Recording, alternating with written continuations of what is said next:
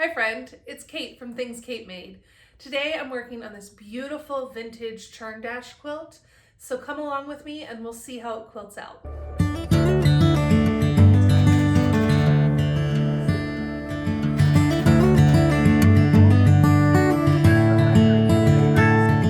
So it took some time to figure out which way I wanted to load this quilt backing. The quilt is, I believe it's 8 squares wide and 9 squares long, or 9 and 10. It's one longer than it is wide. So it's not a huge difference for the quilt top, so it really depends on the backing of the quilt. And this backing, as you can start to tell, is pretty heavily pieced for a quilt backing. It's not one solid piece. It's actually made up of extra cutoffs of backings that I've had from 3 different quilts. So we've got 3 different sheet sets. They are all the same brand and type, so I'm not worried about mixing the fabrics. Honestly, I wouldn't be worried about mixing the fabrics even if they weren't the same. But there's a lot of piecing here, so I'm just trying to load the quilt in a way that minimizes lots of vertical seams, because those, as they roll up on the bar, tend to stack and sort of warp the quilt backing a little bit. So I've decided to actually load the quilt sideways so that most of my seams run parallel to the bar, and that will help with that loading process. So now we're just going to start using the red snappers to pin this to the bar, the back bar. And you'll notice that I've not perfectly centered this backing. I'm not super concerned about centering the backing because I know that when I pieced this, I made sure it was square. And as I pull it up onto the roller, it's gonna sort itself out. And as long as I don't see any like diagonal sort of ruffles forming, then I know it's loaded square. So I'm not too worried about making sure it's also centered. And I like to use the seam on my leader as sort of a plumb line when I'm attaching my backings.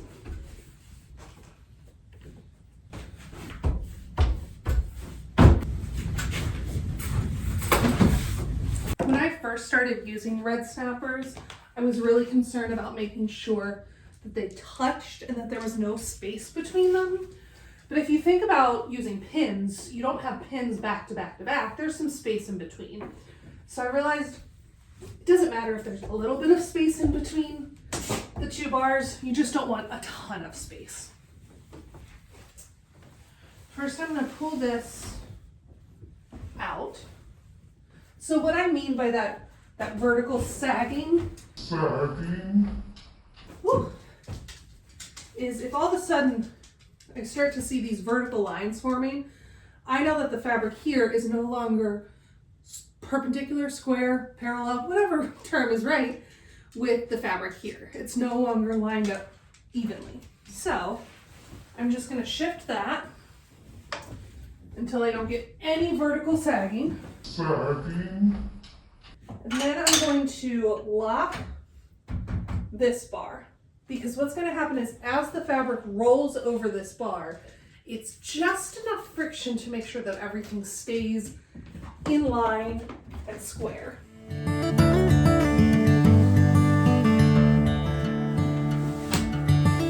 then it's just a matter of lining it up. Don't get little bumps like that in the middle. Just come through and smooth them out. I'm also looking along both these bars, and I can see this seam right here is perfectly lined up with that bar, which means my backing is square to the frame. Now, yes, that assumes that your backing is square to itself, but I think we're pretty good on that. All right, so I'm gonna crank this just enough. I know I've got a little bit of puckering in the middle here, but as soon as I level this out, I know it'll be gone. I do have these magnetic bars. I find them helpful just to kind of hold the quilt in place until you're ready to do the snapping. Just like I did on the top where I found the seam of my leader and that's what I used to line up. I'm going to do the same thing here. Sometimes I come in and just do like one little snap to hold it in place.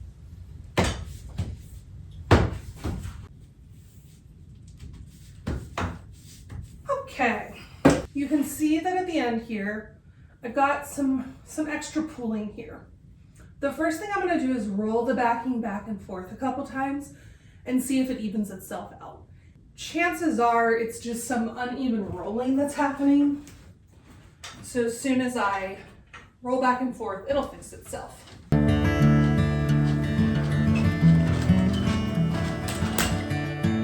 I said. But just to check, I'm going to go back and roll one more time and then finally.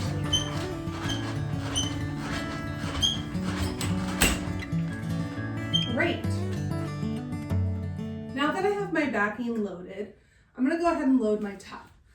The way that I load my top is, in some ways, the reverse of how I load my back. So instead of attaching to the back bar, rolling, and then attaching here, I'm going to attach here, roll, and then I won't be attaching the top of the top to anything. I'll just be tacking it down with a plumb line.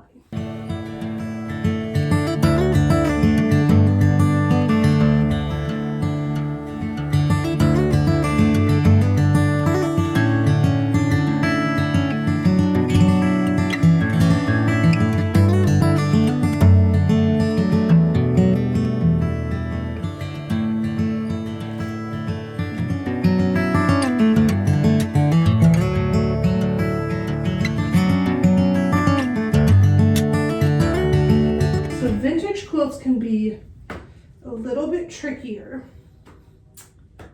because often the material used in them is a bit stretchier than modern day quilting fabric. So I'm not pulling it down, but I am trying to get it to lay flat. Not only is this going to make the snapping on portion a little bit trickier, it's also going to slightly complicate the rolling process. But I think we'll be fine. So now we're simply going to first make sure it's draped all the way over the table back here. And that it's flat, nothing's folded. So now I'm going to begin lining this front bar. And I'm going to keep my eye on a couple things. I want to first make sure that as I'm rolling,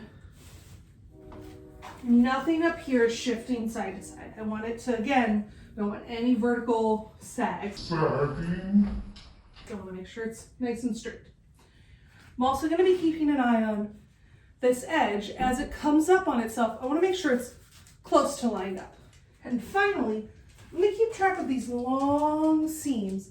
Make sure that as they hit my bar, they're more or less lined up with the bar. Because it's a hand sewn vintage quilt, it is not going to be perfect. But if I notice something really off, I'm going to do my best to fix it. So I'm noticing right now that this side is a little bit tighter than that. So I'm just going to loosen this up. And now I'm going to roll from this side for a moment. And I find that usually that does the job. So I'm going to wait till I get to my next line. And now I'm noticing that there's a little bit of bunching in the middle. But if I look at my sides, they are very lined up. So I know that the overall width of the quilt hasn't changed. That just means that there's a little bit of extra fabric in these middle sections. As I get to those sections, it'll be easy enough to quilt that out. It's nothing major. I'm gonna be honest, that one loaded up a lot better than I anticipated. And a lot better than some others have in the past. I like to, anytime I can, end my roll up where when I flip this back over after I put the batting on, I know that this seam right here is gonna line up on my bar. And I still have enough clearance here. That's a good barometer for me to, again, make sure I haven't shifted it side to side, pulled one side more, etc. So I'm just gonna flip this back now. And I'm gonna get my batting. A good tip to remember about batting that I didn't know for a long time. Batting has a right side and a wrong side. So, the right side of the quilt will often have dimples. So that's where it's been punched down. The wrong side has pimples. And they're like tiny little balls of the batting that from the punching sort of get clobbed up onto the back. So the easiest way to remember it is dimples up, pimples down. The D's do not go together. Pimples up, pimples down, dimples up. Pimples down, dimples up. And just like with the top and with the backing, I want to make sure I don't have any vertical sagging. Now I'm just checking my clearance. Got about 3 fingers on that side and 4 on this side. I'm gonna edge it down ever so slightly so that I get just a little more on this side. I know I'm fine top to bottom, so I'm honestly not even gonna worry about it. Now I'm gonna take my batting. I'm just gonna stuff it in between these bars. Now I'm gonna take this top and I'm gonna flip it right back up. Again, I'm looking out for vertical or diagonal sagging. I'm making sure that that seam is lined up on the bar where I said it should be. And I'm just gonna start smoothing it out. So now I'm gonna lock my top in place. I'm gonna kick all this extra batting over the bar, but I don't trip on it. And I have a loaded quilt top. A few more steps that I have to do. I'm gonna turn the long arm on and bring you guys a little closer. I'm gonna go ahead and baste my edges on, and then I'm gonna put my side clamps on.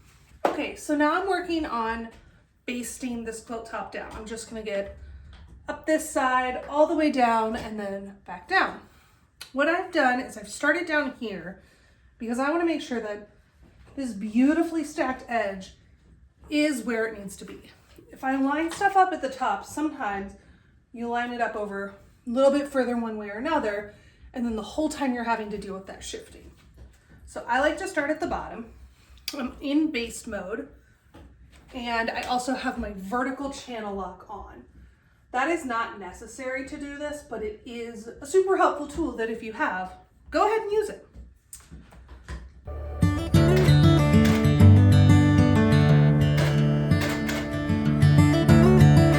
As I go up, I'm just making sure that the edge of my fabric stays in line with my hopper foot, and that's how I'll know everything's where it needs to be.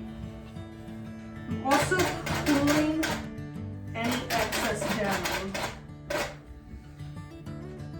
sort of ease it in. So I'm pulling this little edge right here, what I've already stitched, to make sure that it comes in even. Because I do know that this quilt has a fair amount of stuff I'm gonna have to ease in. I'm gonna drop my needle at that end point. And now what I'm gonna do is I'm gonna do the same thing, but I'm gonna turn off my vertical lock and turn on my horizontal so that as I go across, it's totally straight with the bar, the frame, and then I know it'll all be square in the end. So again, I'm just gonna give this a little extra tug over on the left to help ease in extra fabric. it's worth noting that this top plumb line is far more important than these side plumb lines. So if you don't have channel locks, the sort of cheater option is to adjust your backing as needed, but push your machine all the way so that it hits that back bar and do a plumb line without the quilt top all the way down, using that back bar as your sort of horizontal channel lock. And I did that for years with great success before I got the official channel locks.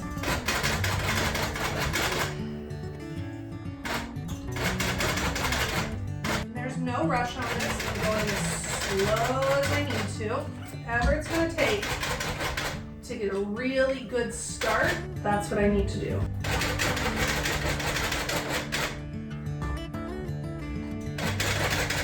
Now, because this is, again, a hand-sewn vintage quilt, I stopped my basting on this top edge right where this black and white block begins, because I want to go up this side first and then go ahead, make sure that if this needs to come in, I can have enough space to ease it in. Come right here, I'm going to drop my needle, pull out my thread,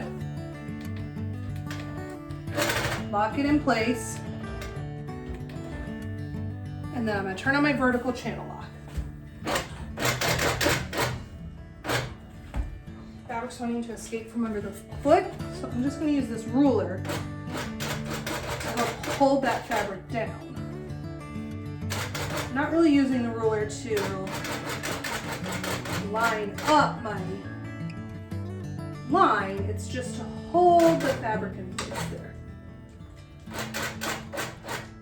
Break thread. Turn on my horizontal channel lock one last time.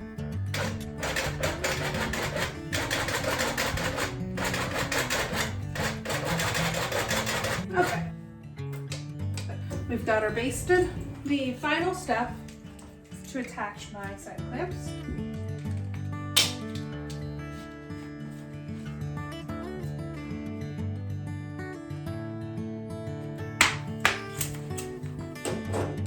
And when I tighten this, I mean, they almost touch. I'm barely adding any tension. It's just enough to hold it in. I'm gonna do that on the other side. And my quilt is loaded. So now I'm ready to get quilting.